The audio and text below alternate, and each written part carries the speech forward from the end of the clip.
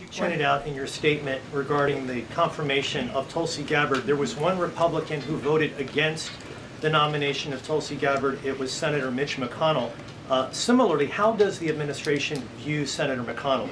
Can he be a partner in the president's legislative agenda? Are you disappointed that he voted against not only Tulsi Gabbard, but also Pete Hegseth to be the defense secretary? I think we're greatly disappointed in any Republican who chooses willfully to vote against the president's exceptionally qualified cabinet nominees and picks to lead his America First administration.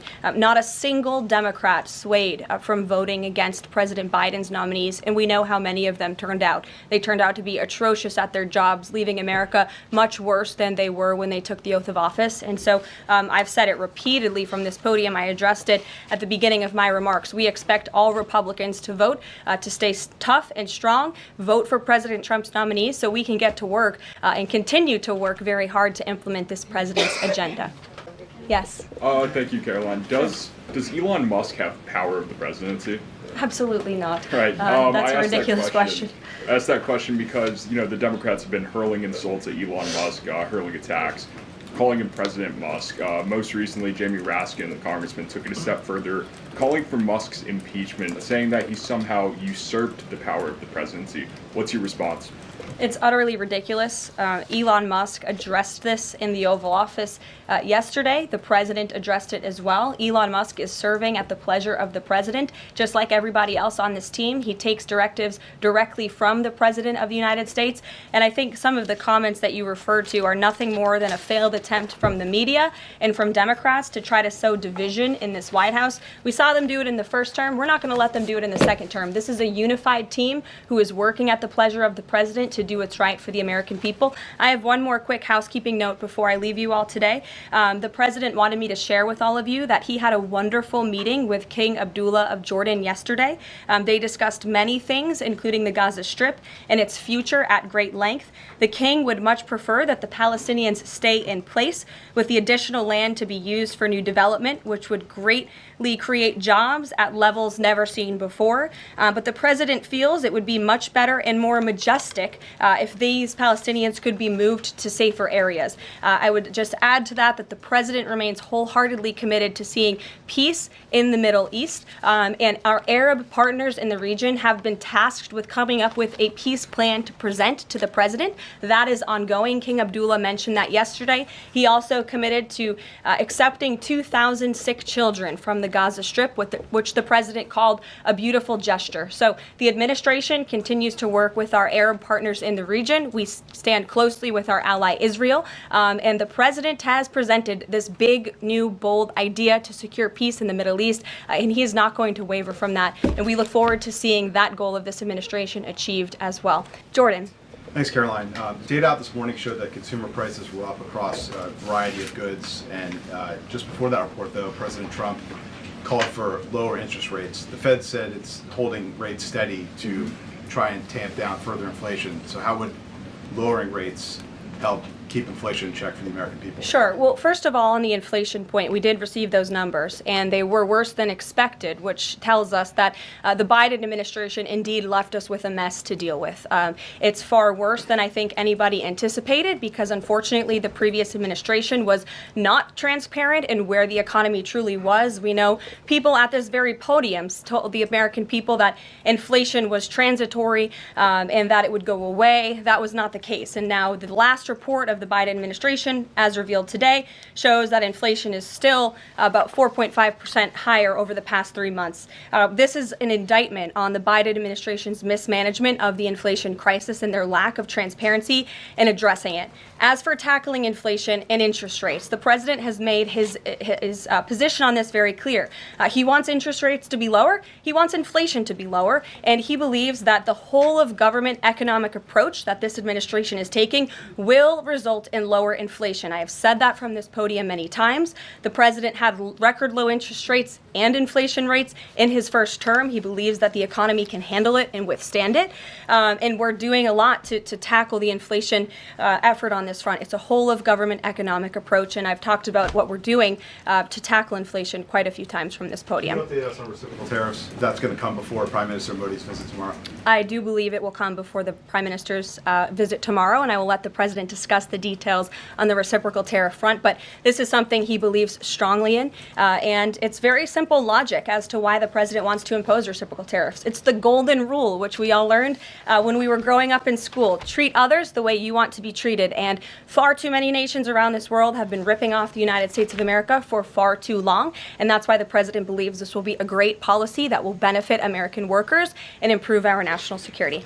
JJ. On Doge and the fraud claims, Elon Musk in the Oval yesterday gave us some information on that. We're just wondering if there's some proof, evidence. Is the White House willing to share evidence of those fraud claims, or can Elon Musk come to the briefing room and share material evidence of what he's talking about? Sure, I would love for Elon Musk to come to the briefing room. That's why we had him go to the Oval Office yesterday, where I think he provided great answers. He was speaking in layman's terms, speaking common sense to all of you in the media, but also to Americans at home. But I would say especially to all of you in the media, because I think it's a real fallacy that there's this alleged lack of transparency when it comes to Doge. President Trump and Elon Musk have been incredibly transparent on what Doge is doing. There is an X account with the Doge handle. They are tweeting out what they are doing on a daily basis. They have a website where they are posting the receipts of the contracts that they are reviewing and the payments that they have stopped from going out the door. The secretaries of our departments have stopped from going out the door. And I would also say that before it was Elon Musk making our government efficient and accountable, it was some unnamed bureaucrat that none of you knew. Elon Musk is the richest man in the world. He's also now one of the most highly scrutinized men in the world alongside President Trump because of what he's doing and the access that he is allowing. So there's great transparency. As for the actual receipts, we are happy to provide them, and I actually brought some today because all of you know I love to bring the receipts. We have contracts upon contracts that we can send and provide this information to you. Let me be very clear. We are not trying to hide anything. We have been incredibly transparent, and we will continue to be. These are screenshots of contracts that Doge found across our government. This is a DEI contract, $36,000 for U.S. citizenship and immigration services. That is against the president's policies and his America First agenda. This is a $3.4 million contract, a Council for Inclusive Innovation at the U.S. Patent and Trademark Office, Department of Commerce, another DEI contract that Doge identified.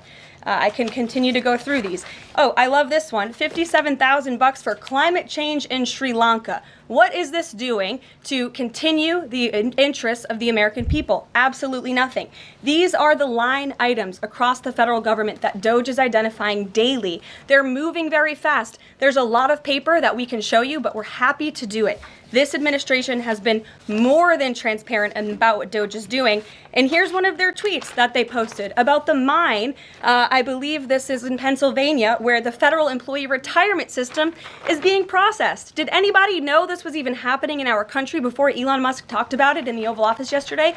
A lot of Americans didn't. So we are providing transparency and accessibility on a daily basis when it comes to Doge. And I also have a Doge daily report, if anybody would like it, on all of the things that they are identifying and finding. We're happy to provide this information to you. We're talking about it every single day. Are all those things you just mentioned fraud, or are they waste, or are they just contrary to the president's policies? I would argue that all of these things are fraudulent, they are wasteful, and they are an abuse of the American taxpayer's dollar.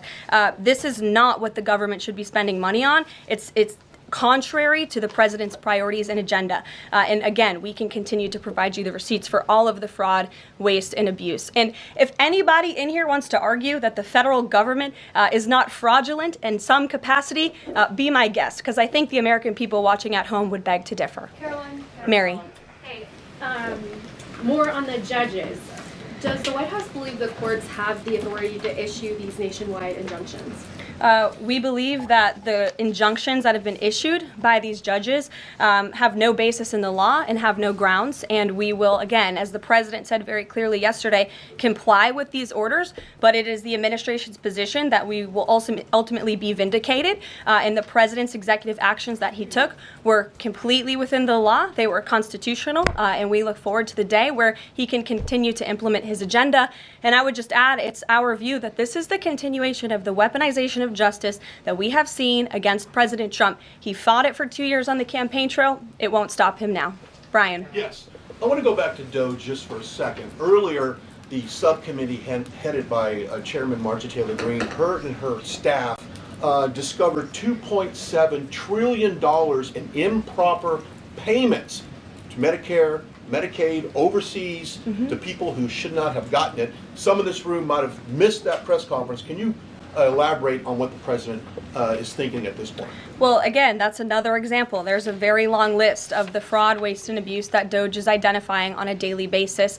Elon Musk also talked about yesterday about Social Security payments that are going out the door for people who are no longer with us, unfortunately. I would say that is certainly fraud. There's also a lot of contracts they've identified that, just as a hypothetical example, are $1 million, but only 500,000 went out the door. So where's the rest of that cash? And so that's the thing. Those are the things that DOGE is working on every single day. And I would just remind everybody in this room, this is what President Trump campaigned on doing. He's delivering on a promise that 77 million people elected him to do. James. Thank you very much, Caroline. Two foreign policy questions, if I may. Sure. First, the statement that was released after this morning's phone calls identified Mr. Witkoff as the special envoy who will be part of the delegation that undertakes to resolve the Russia-Ukraine war. I had thought that that individual was General Kellogg, and so can you clear that up? Sure, I'd be happy to. As you mentioned, the president, in his truth, following the phone call with Vladimir Putin, said that he has asked Secretary of State Rubio, the director of the CIA, John Ratcliffe, our national security advisor here at the White House, Michael Watts, and Steve Witkoff to lead the negotiations. As for General Keith Kellogg, he remains a critical part of this team in this effort. He's played a tremendous role in getting the negotiations to this point, and he's very much still part of the Trump administration. The other subject is Iran. I took note of President Trump's comments in his Super Bowl interview with our colleague Brett Baer to the effect that he wants to do a deal with Iran. However, that interview appeared after the supreme leader of Iran, the Ayatollah Ali Khamenei, had already ruled out any additional negotiations with the United States. So kind of a two-part question. A, what gives the president any confidence that Iran will come to the table? And B, more fundamentally, why is the president interested in doing a deal with Iran instead of doing everything he can, perhaps short of U.S. military intervention, to try and hasten the end of what many of his own supporters regard as an evil regime? Well, the president has made it very clear that he will never allow Iran to have nuclear capabilities. That is a red line that he has drawn, and he will not allow that to happen. But you asked why President Trump wants to make a deal. I would remind you, he's the master of the art of the deal. He is America's deal maker in chief. He leads from a position of securing peace through strength.